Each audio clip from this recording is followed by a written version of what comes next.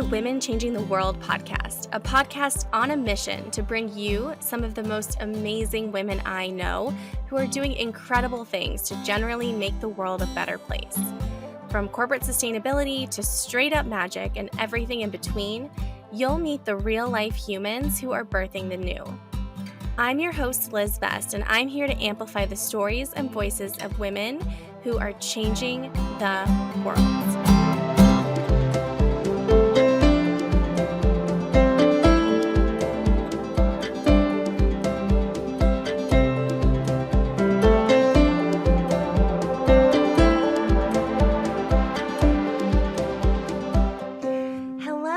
Welcome to another new episode of the Women Changing the World podcast.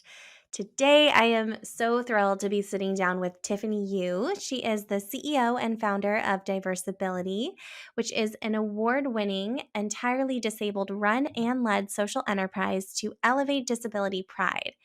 Tiffany is also a content creator with over 170,000 followers across platforms.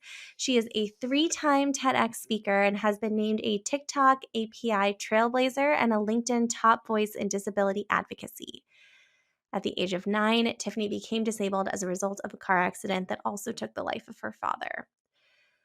Tiffany has helped to invest over $160,000 in disability initiatives through the Awesome Foundation Disability Chapter and the Disability Empowerment Endowed Fund at Georgetown University. She previously served on the San Francisco Mayor's Disability Council. She's been featured in Marie Claire, The Guardian, and Forbes.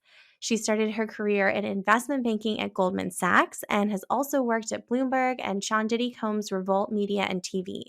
She earned a bachelor's degree from Georgetown University and a master's degree from the London School of Economics. Today, we sat down and talked about everything from Tiffany's journey in building the Diversability community to her experiences as a thought leader and content creator on platforms like TikTok and LinkedIn, and the many ways that being a community leader has informed Tiffany's own leadership. Tiffany is incredible. She blows me away, and I just know you're going to enjoy my conversation with her as much as I did.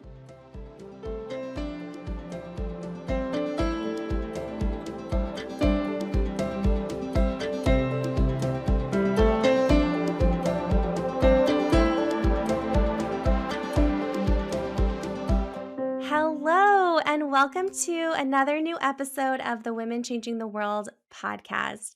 Today, I am so excited to be joined by Tiffany Yu, who is the CEO and founder of Diversability. Tiffany, you're amazing.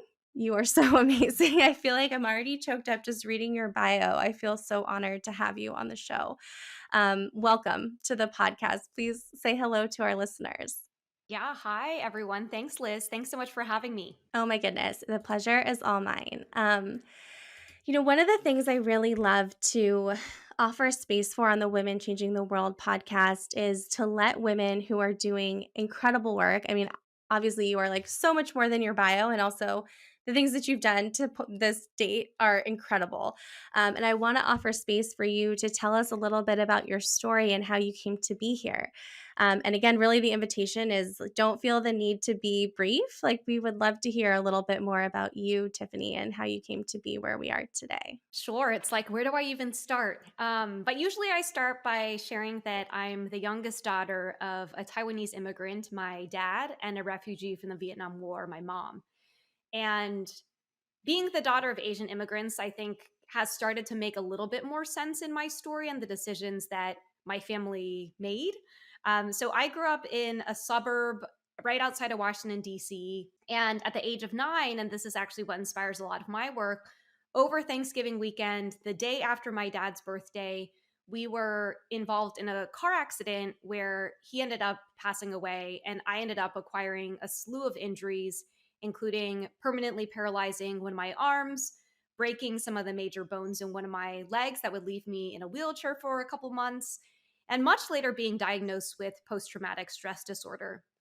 And I wanted to share all of that because after my dad passed away, or one of the things that I'm learning about my Asian cultural background, or at least what was instilled in my family, was that we shouldn't really share anything that might make our family look shameful. And the car accident and the fact that my dad had passed away, and now that I had an apparent disability, were all seen as potentially shameful things to the family. So I had internalized for about 12 years after the accident not to share the details with anyone, not to tell anyone about the car accident, not to tell anyone about my dad, and to essentially hide my arm by wearing long sleeves all the time. And I think there's one part of this whole story that is a little ironic to me, which is the fact that my dad lived with epilepsy, but I didn't really know. And he would have seizures, but I didn't really know what those were either. And what actually caused the car accident was he had a seizure. So the fact that it was so hush hush within his family and his generation around his disability ultimately cost him his life and led to my disability. And I think about your podcast, Women Changing the World. I look at the experience that he had, being feeling so ashamed of this part of himself that he didn't get the support that he needed. And I think that what I learned from that was that I wanted to be vocal about this so that I could get the support that I needed. And oftentimes, I've been having or a lot of people have been reaching out to me asking, should I disclose my disability or not? How much should I share? And I said, ultimately, what I'm looking for is ensuring that everyone gets the support that they need for the things that they have. That's a very broad way. I didn't mention disability or accessibility or accommodations in any of that phrasing. But yeah, I think that's a little bit more of a long-winded way of explaining my work. So for about 12 years after the car accident, I didn't tell anyone about it. And I think that when this happened to me so young, because I didn't let myself process the trauma, I actually think that's what exacerbated what ultimately ended up becoming PTSD. So fast forward 12 years from the car accident was 2009. The first iteration of Diversability began, which was as a student club at Georgetown. And that's where kind of I became an advocate. I became a community builder. I would then become an entrepreneur, but it all started kind of having those 12 years of, I would call it, suffering in silence, to looking at my dad's experience while he was here and realizing that I didn't want that same fate for myself. Oh my goodness. I mean, first of all, thank you so much for sharing your story so vulnerably. It's so powerful. And I know for so many people, so many women doing this work, I'm so inspired by this idea of like, it stops with me. Like, I'm going to do the healing and, use my voice in a way where I want to interrupt like the generational patterns. Yeah, again, I'm just like, I can only imagine like what your journey to this point like has felt like. And I think it's so inspiring the many ways in which you are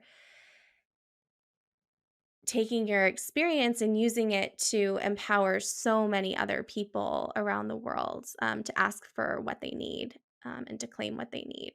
I would love to hear. I mean, you mentioned that you started Diversability as a student at Georgetown, back in 2009, and that was really version 1.0. And I know that it's evolved considerably over the past, wow, almost 14 years since 2009. That number seems insane, but I would love to hear a little bit about that journey for Diversability, and for you as the founder and CEO of the organization. Yeah. So one of the questions, so I've been reflecting on Diversability's origins a lot these days, because what really gave me the motivation and inspiration to start Diversability was that from my freshman to junior year of college, or my years of college, I had co-founded a Taiwanese American club with a couple of my classmates.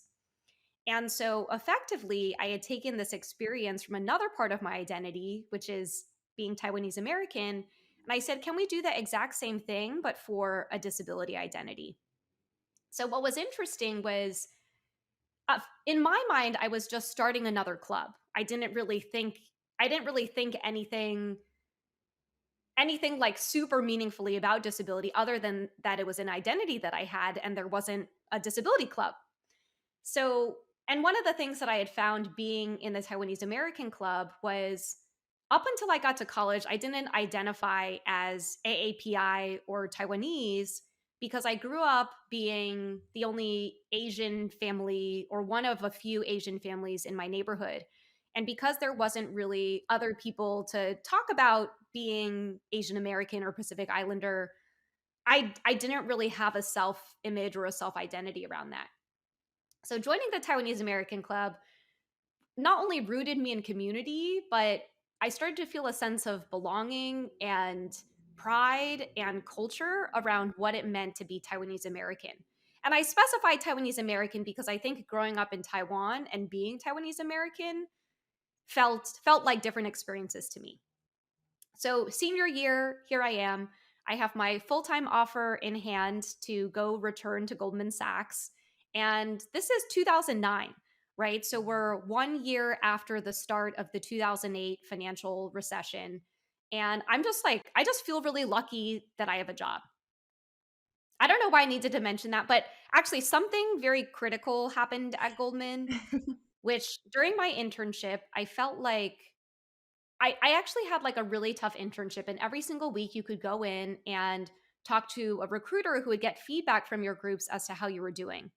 And so one of the weeks I went in, and Jenny was my recruiter. She knew me through my time at Georgetown, and she also was relaying feedback. So she relayed some of the constructive feedback that I had gotten. Again, I wasn't having a great summer, but as I was leaving, she said, Tiffany, I want you to know that you deserved your place here. You don't need to have a chip on your shoulder.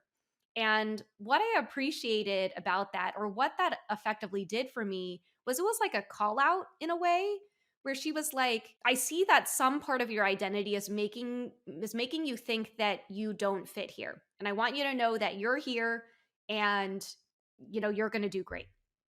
So after leaving that conversation, I started to really reflect on if I was using my disability as a chip on my shoulder for why I didn't belong or why I didn't fit into certain spaces.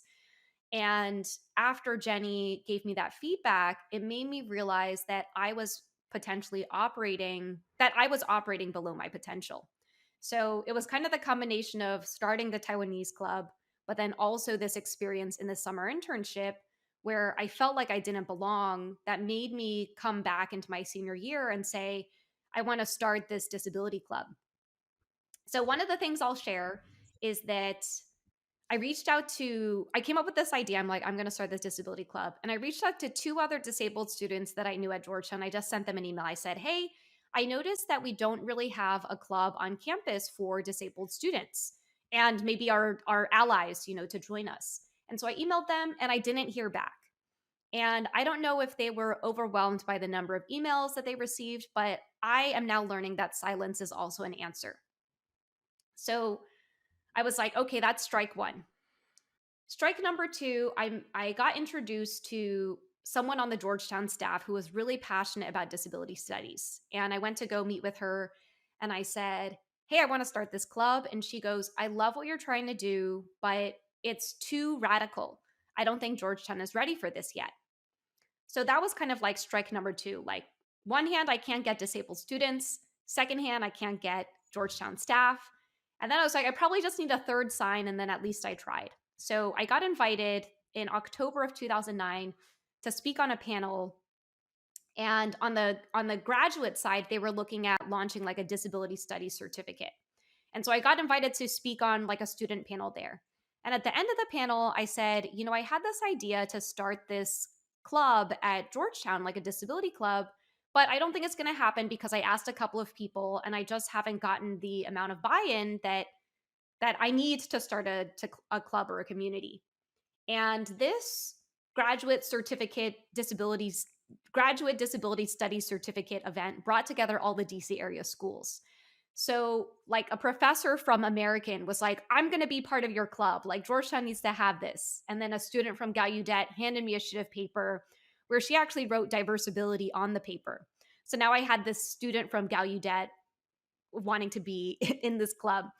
And so effectively, so we originally called ourselves the Diversability Working Group because I I didn't have any of my peers in the club. It was like a professor here, it was like a student from this other university. And my fun story is that my little buddy in the Taiwanese club ended up creating the logo that Diversability used until 2021. So I was leaning into the other communities that I had to garner support. And honestly, Diversability at Georgetown started as a community of one. I just remember hanging up these flyers around campus. I think it was October or November of 2009. And I remember two things kind of happened. One was we ended up applying for something called the Reimagine Georgetown grant. And this, I think, actually inspires a lot of the philanthropic work that I do now. We ended up winning $500 to get our club started. Depending on who you are, $500 is a lot or a little. But at the time for me, that was game changing because not only was it the $500, but it was that someone other than me believed in this idea. And I had all my Taiwanese friends like cheering me on too. So the second thing that happened was I would often get people coming to me asking, why do you think people are going to care about this? And in 2009, I don't know what my answer was. I probably said something along the lines of, well, I care about this and my hope is that other people will care too. And now, as I look at our broader community, we have like over 80,000 in our ecosystem. I can point to that and I can say, if you are wondering if people care, go look at the people who have chosen to opt into our community or chosen to follow us because they don't have to. And those people care and they're willing to be educated and they want to learn and they want to be a better ally. So that's the long story of Diversability's origins. Oh my goodness. Thank you so much for telling us the long story. What a journey. And even just like it's so visceral, the like description you gave us of like being like a community of one and hanging up posters. I think so often as uh community builders and community founders, there's this feeling of like, I'm starting a party. Like, is anyone gonna come to my party? And it's just overwhelming to see what you have built over the past, gosh, again, more than 10 years. I'm curious if you can tell us a little bit more about the work that you and Diversability are doing today to engage your community of over 80,000 people. Yeah, so I think we've divided it into like three pillars. And so the first is our community. And depending on who you are, and I think many of your listeners might be executives or working at other companies. So we like to describe ourselves as like the disability employee resource group that exists outside of a company. I love that. Yeah, and I think for like a more corporate audience, it helps them understand like, oh, I don't understand what a community is, but I know what role an employee resource group or an affinity group has.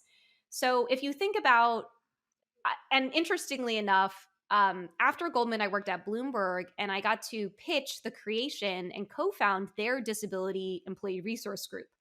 And so I had the experiences not only being a part of these communities within these companies, but then saying, what about those of us who don't work at big companies who still need community as well? So the first pillar is kind of our community. And for many disabled people, this is the first place that they find community. And I kind of call it like a town square. So the town square you go to, and maybe you have someone there like handing out flyers for an event that they're hosting. Or maybe you have, I don't know, like you go to the restaurant and or you meet up with your friends there. It's kind of like the place where everything is happening and you can decide what you want to participate in. So I will share a personal story for me that as a function of creating Diversability, I actually got introduced to the world of adaptive sports. And if you or your listeners have watched my first TED Talk, it was really about how excluded I felt during growing up with a apparent disability, having to participate in this mandatory physical education class that no one adapted for me. So no matter when I showed up, no one wanted me to be there and I didn't want to be there. And I think thanks to Diversability reintroducing me to the adaptive sports side of our town square, I got to go adaptive climbing, adaptive biking, like just fall back in love with being active again. Um, So that's our community. And we have two communities. We have a free one that exists on Facebook. It's got about 5,700 members in it. And then we have a curated paid membership community called the Diversability Leadership Collective for members who are looking for more curated support on accelerating their advocacy. And Liz, I know you and I are both part of Dreamers and Doers. To me, it's kind of like this women's group that we're both part of that is trying to be our hype machine. And so for this paid community that we have, we're like, how can we be the hype machine for our disabled members who want more visibility, who want to build their thought leadership? So that's pillar number one. Pillar number two is what I call content and events. And they kind of fit under like a visibility pillar. But content and events. So, content is really how can we amplify the voices of our community, but also share educational content and research that's out there because there's ton and people are just unaware. They're not trying to be ill intentioned. They just don't know what information is out there. And so, because we've been able to build this platform, how can we use this as a way to amplify and be a microphone for some of this other information out there? So, if you go to our social channels, any guide that we've put together, you'll see all of our sources there as well. We just want to make sure there's research out there. So, how can we share it and how can we enable other people to share it and learn as well? And then on the event side, we kind of see ourselves as like the year round disability conference. It's all through the lens of disability, but totally different topics. So the one that's coming up later this month in February 2023 is about disability and gender based violence. Last month, it was disability and Gen Z advocacy. We've hosted events on disability and financial equity, disability and home ownership, disability and ableism in the workplace, careers in tech, like it totally ranges. But again, we use this as saying we value the disability lived experience. There's value there. And we want to center that experience and that expertise in the different types of events that we host. So that's kind of like pillar number two. Pillar number three, I'm trying to figure out how to describe it, but I call it our talent incubator. But some people could call it a workforce development program. But we've been able to grow our team. Now we're a team of 8, entirely disabled, led and run. Congratulations. That's amazing, to have built your team to that level. That's incredible. Yeah, I mean, I will say I think that we grew a little too quickly, and now I'm experiencing those growing pains, and I'm also experiencing the transition from being a leader on my own to now navigating being a manager, which is I call this a growth edge. It's a growth edge for me. But yeah, from our talent incubator and workforce development perspective, we really want to align by our values, which is we're on a mission to elevate disability pride. And what other way can we show that we're proud to be disabled by building a team that looks like the world we want to exist in? And so even for our team alum, the people who have been with us for a short period of time or even a longer amount of time, we serve as their job reference or write them letters of recommendations whenever they're ready to go on to their next thing or if they want to pursue other opportunities. So in my mind, my hope is that it's not ill. When people leave, like a win for them getting a job somewhere else is a win for me and a win for what we're trying to do. Oh, I love that so much. So cool. And there's so much within each of those pillars. I mean, I feel like we could have a whole podcast conversation about each of the three.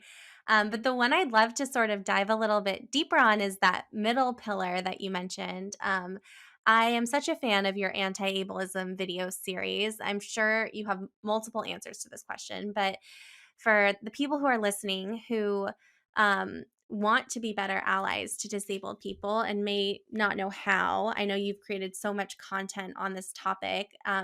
What are some of the things that you wish more people knew about how to be better, more effective allies?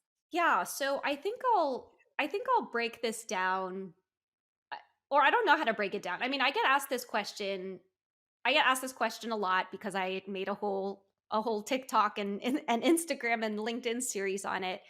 And I think that the context matters. So it really depends on who the audience is. So for example, if I'm talking to a corporate audience, my call to action is really if you are a manager or play an influential role, hire a disabled person. I started as an intern. That you can do an apprenticeship program or an externship if you're not sure. I guess because I was an ambitious college student, I did so many internships. But I also want to share that the last job that I had before I moved into running Diversability full time, I got fired from. So, disabled people, we're not good at everything, but there are some things we are going to be good at. And I think part of the work related relationship is trying to figure out what those things are. So, what can I contribute to your company that's going to add value? And what am I good at that's going to contribute value to my economic engine? I guess I'll call it that. Versus if you are a content creator or run a podcast, my ask for you would be to really reflect on the questions. If someone can't hear this conversation, is there another way that they can access it? Or if they can't see this conversation, is there another way that they can access it? And I think I got those two questions from another disability advocate, Poppy Fields, to think about how we think about digital accessibility. But I think it comes down, I'll share, I think it comes down to, at first I thought three things, then I wanted to add a fourth thing on. But I think I really want people to understand that learning should never be about shame. And I think I've tried to embed that within my series, but also how I go out and try to educate by saying, if you don't have this lived experience, how can I meet you where you are and at least move the conversation forward just a little bit? Because now you, Liz, know me, which means you've met one disabled person and you understand how I move about the world. And hopefully you can go and if you can meet other disabled people in person, great, but you can also follow them across social media so that you have diverse disability experiences on your feed as well. But yeah, learning should never be about shame. And I think that whenever we get called out or called in by something that we have done, the natural inclination is to get defensive because we're human beings. And if someone gently lets us know that, hey, that language is outdated, or hey, when you said this or you did this, it made me feel this way, we feel like we're bad people. When in reality, I think we're just people who are existing in an ableist society that has upheld, and now we're proactively trying to unlearn these things. So yeah, the first is that learning should never be about shame. And then I kind of have like a journey that I hope that people will go on in their own disability allyship journey, which is the starting point for me is that I hope that people start to unlearn that disability is tragic.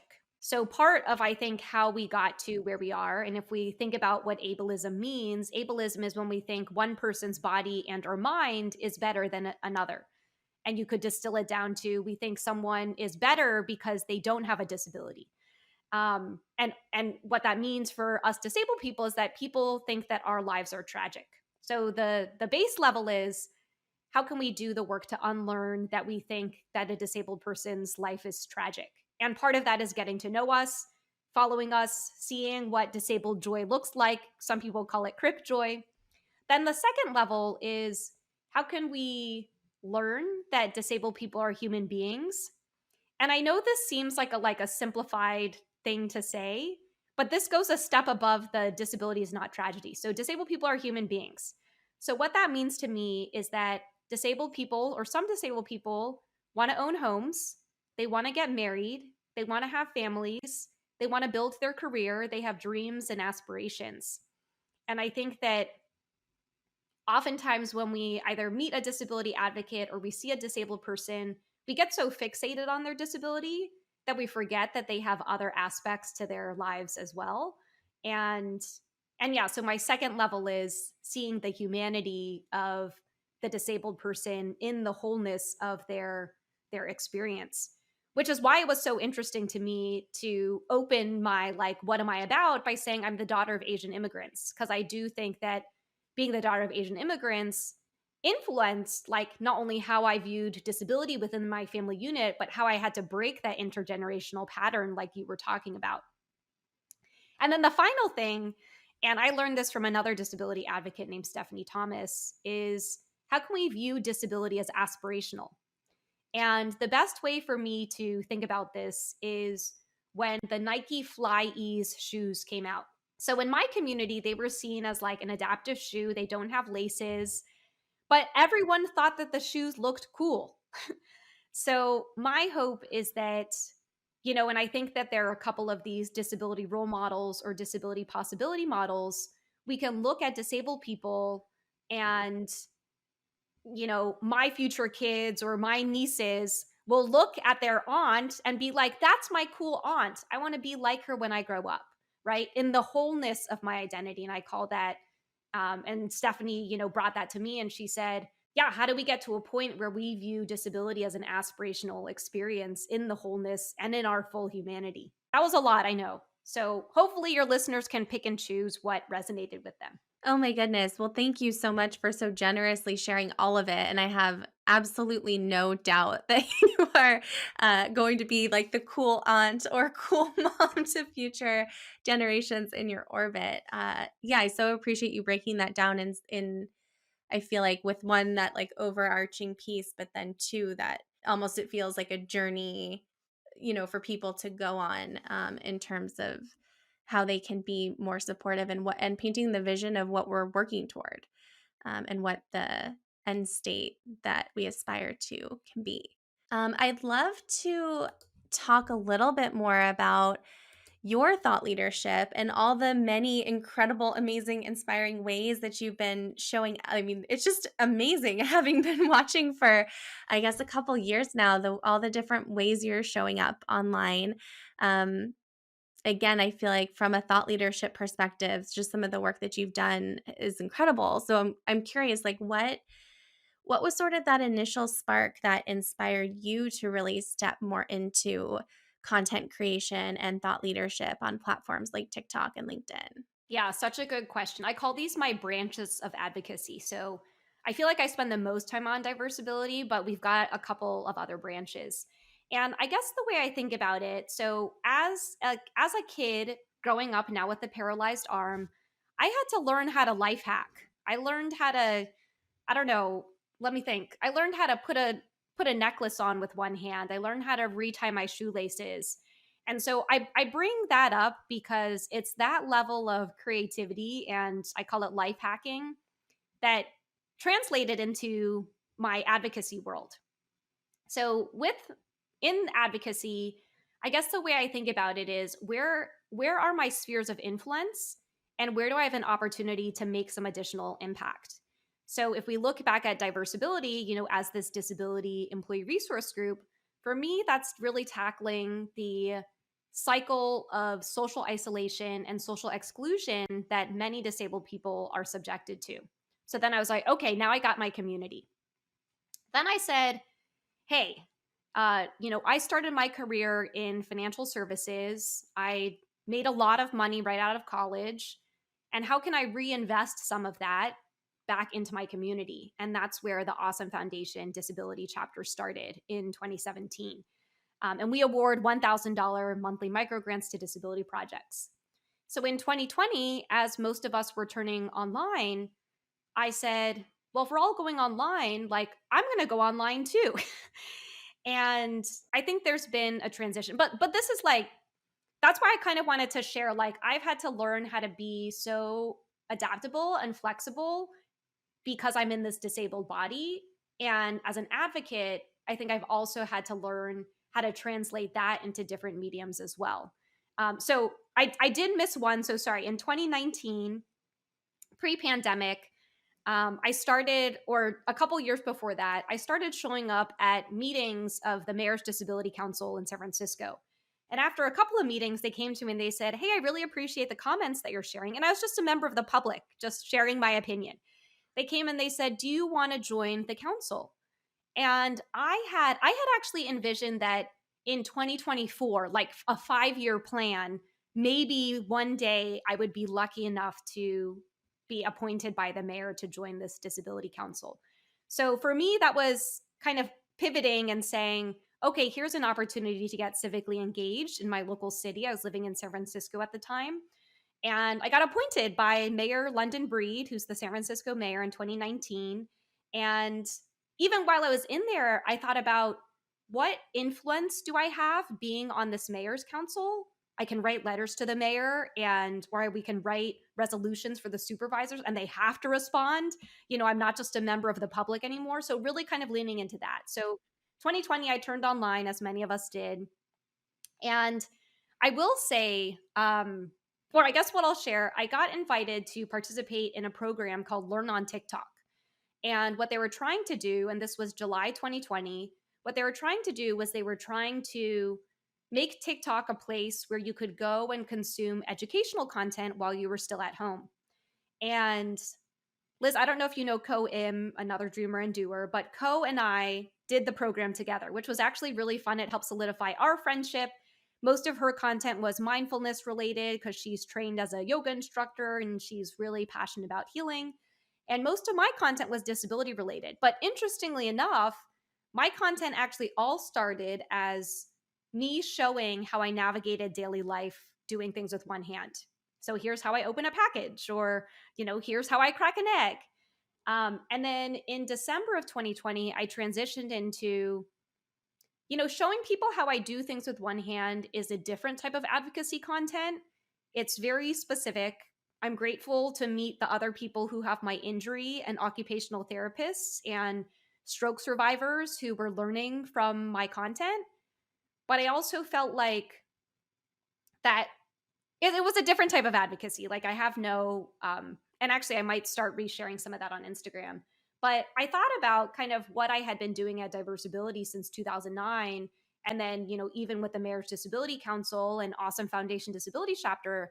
And I said, how can I share like more of those allyship lessons or even like my own advocacy journey on camera, on TikTok? and and that's where it began. I mean, it started, and even for me showing up on LinkedIn, I was lucky enough to be accepted to the LinkedIn Creator Accelerator program at the beginning of 2022. And so I don't know if this is the best advice, but it's like there was a paid program and I got into it. And so that got me onto the platform. But I think what maybe the platforms are excited about is I ended up staying beyond the program and continuing to create content on there. I mean, I think it's like you saw an opportunity to show up and to be a part of something and to be heard and to like learn how to like show up, and you've like taken that information and just like moved with it in such an inspiring way. And I think it's like also a reminder, like when you see those opportunities that speak to you, to like throw your name in the metaphorical hat because you don't know what could come from it. Yeah, and I will share actually, and I did share my video submission from the LinkedIn Creator Accelerator program. I filmed that at the airport. Like it was the last day that you could submit. And maybe I did a couple takes, but I'm sitting on the floor in the airport, like in a little corner. I got my tripod, I'm filming on my phone. I think this is where the life hacking comes in too, is like, you and I have a podcast. If we weren't recording it here, we would record it on Zoom. Like, I just think about the things that we have access to. Like, our phone is a video camera effectively. But I will also share there have been a couple of opportunities where I've applied past the deadline and I either end up being a finalist or I end up winning the thing, even though I think that it was past the deadline, right? And so they could have of course just cut my application by saying, hey, it was past the time. But I was like, hey, the form is still open, so let me at least submit. So I guess the hope is, if the form is still open and you have the time, might as well apply anyway. You never know what ends up happening. There was a trend that was popular at the end of last year called the anti-highlight reel. And so I would also be remiss that, what Liz and I are talking about are the things I have gotten into. And there are so many, I think there's even podcasts dedicated to failures. There are so many things that I haven't gotten and so many moments where I have doubted myself. And I think I just remind myself of like, what's the broader mission here? And the anti-ableism series, it's an outdated number in my bio. Now it's at over 5 million views, and so I think about the original decision to want to show up on TikTok. And at the time, it was very much a Gen Z platform. And I'm millennial. And I was like hashtag over 30. But I think that I my goal for showing up on TikTok originally was I would like other people to learn about my work because we had been doing what we were doing at Diversability for a pretty long time, right? And 5 million, 5 million views and counting. That's a lot of people, you know? And so if you want to have the ability to reach millions of people, you want to lead an impactful or soul driven life, I think showing up is a part of that. You pick your platform though. So if you don't feel comfortable, you know, there are many other platforms depending on your preferred method of communication. Totally. Oh, I so love that. And I love what you said too about just like also honoring like all the times that like maybe you submitted an application and didn't get picked. Like I was listening to Glennon Doyle's We Can Do Hard Things podcast the other day, and something that really resonated with me is this idea of sharing like the work in progress moments and not just the ta-da at the end, because so often I think it's like we do focus on the ta-da at the end. Um, and it can be scary to show up, especially showing up publicly in the messy middle of, being in progress on something. And I guess I'm curious, as you think about kind of like early 2023 where you're at, if you feel comfortable sharing, like what is currently like in progress in your world, that you're excited about, that's ahead, but that's maybe not quite at like ta-da level doneness at this point in time. Yeah. Two things come to mind. So I just posted an Instagram post and I said, I'm experiencing burnout. And I thought that my entrance into January 2023 was going to be a fresh start. My word for this year is bloom. I see all the flowers behind you. And to me, I'm taking that as a sign. But at the end of my post, I wrote, part of why I chose bloom for this year is because I know that we can bloom slower, we can bloom at our own pace. We bloom in our own way, and we're not blooming all year round. And so, right now, as we record this conversation, you know, you use the words, what are you excited about? And I did so much Googling. Actually, a friend named the burnout because I thought I was just depressed and maybe a seasonal related thing. And I said, I'm not really that excited about anything, even though there are so many incredible things happening. I'm getting to chat with you. You know, I got amazing headshots from the same person and I still use them. I use them all the time.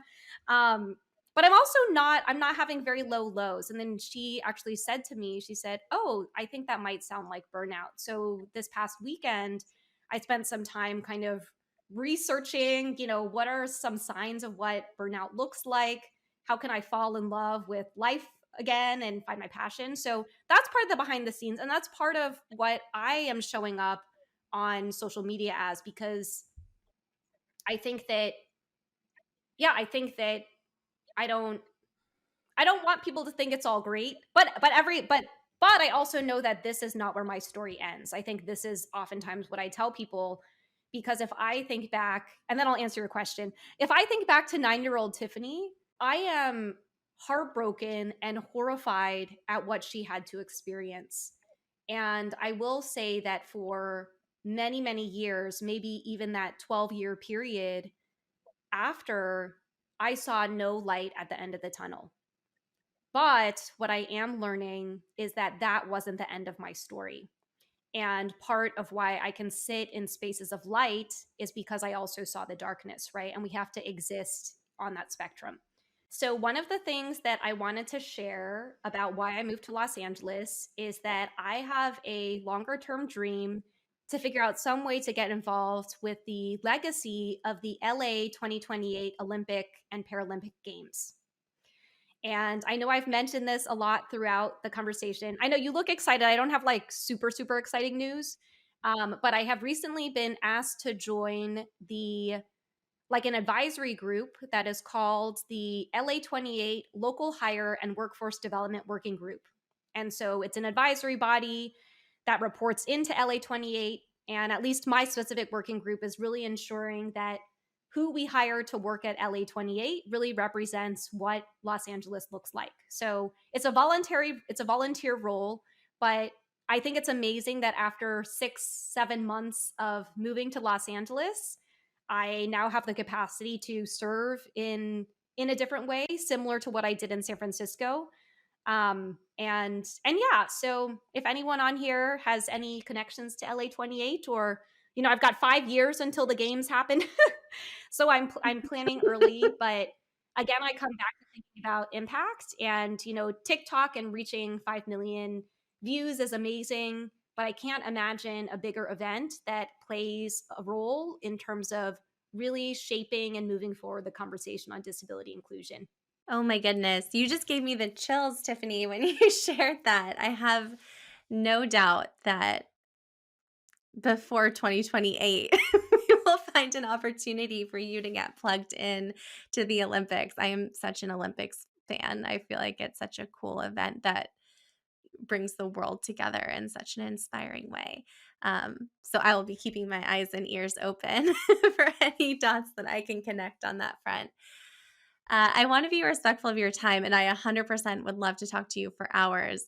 The one other, I actually have a couple other like kind of quick hit questions that we love to ask on the podcast. The first one is, are there any like post-it length inspirational quotes or phrases that are keeping you like inspired or motivated right now? Mm. The one that came to mind is, in a world where you can be anything, be kind. I love that. Well, the other question I really wanted to ask you is, because this is the Women Changing the World podcast, and all the women who come on the show are doing such inspiring things to make the world a better place. I'm curious, if you could change one thing about the world and you had to pick one thing, what would be the one thing that you would love to see change in our lifetime? I think that I would call this economic self sufficiency. And to me, that's, does everyone have enough money to thrive? And I think that would be the one thing. And I don't know if this moves to a conversation of like universal basic income, but I really, at least in the current capitalistic society that we're existing in, money is not only like very emotional, or one of the things that I had to unlearn was that money is just energy, and it's up to me to attribute positive or negative value judgment to it. And yeah, I mean, I think if I could change anything, it would be just ensuring that people have enough money to live. And oftentimes, since this is a podcast about women changing the world, like a lot of women will stay in relationships due to financial abuse, or financial constraints that don't enable them the agency and autonomy to be able to leave a situation that isn't good for them. But anyway, that's a whole different topic. But that is what I would change is, and I think that's part of what I'm trying to do too, which is I want to make sure I'm taken care of first financially, and then I want to take care of my family, and then I want to reinvest back in my community. And maybe it's a gendered thing, but my hope is that when I say reinvest, like $1 becomes another dollar, becomes even more dollars, it ends up growing the pie for everyone. Absolutely. I'm such a big believer in that. And there's so much data on how when you invest money in women in particular, like it gets amplified by the investments that we make in our communities and in the people around us. And I would love to have a universal basic income conversation with you another time because I couldn't agree more. Like it's wild that the means exist for everyone to live an economically empowered life, and yet they are not equally distributed at all. I guess the last question I'd love to ask you, I know that being a leader in your community and like however we define community, because I know you are a leader of so many within so many communities, and like you even like host and lead different communities within your world and Diversability. How do you feel like your journey as a community leader has also like influenced how you show up as a leader more broadly? Yeah, I come back to Tatiana Figueiredo's, who runs a community that we're both part of called Build a Community Business. And her definition of community is when a group of people come together to nurture their own growth and each other's growth. And I've actually repeated that definition multiple times because, in terms of how I lead, I love watching people grow. And part of why I have continued to do this work for, I guess, now 14 years is seeing, the people who started Diversability at Georgetown with me. One of them went to Stanford Business School and now is on the board of this really great nonprofit that I know of. I've seen friends that I met when we relaunched Diversability in 2015 in New York write books with Penguin Random House. That's no small feat. Hi, Emily. Launch podcasts, win awards from the Ford Foundation. I think for me, it's when my light shines, I hope that your light shines brighter. And your light shining, maybe this goes back to the inspirational quotes that we like your light shining does not dim my light at all. And it actually makes me super proud. And that's why I come back, and I think on one of our web pages, we write like a win for one of us is a win for all of us. And so how can we like uplift the tide for all of us? But yeah, I think that's how being a community leader, like for me, my focus as a community leader is on growth and nurturing that growth for me and for other members of the community. But over time, the growth for me has looked different, right? Because I think in the early days of Diversability, it was my first time sharing the story. It was my first time finding my voice in community. And now that I have that voice, and I think about the GIF of women lifting each other up, like that's how I want our community to be, is we're all cheering each other on. Um, but yeah, I think that's how I see myself as like a community person first, and then a disability advocate second, and a entrepreneur third. But driving everything has been community, because without community, Diversability would not exist. We were playing around with being a community of one for those early years, though, and that was only a couple days. Because one part I didn't share was after those flyers were up, I started getting emails from people I knew sharing non-apparent disabilities, chronic illnesses, disorders, conditions that they had.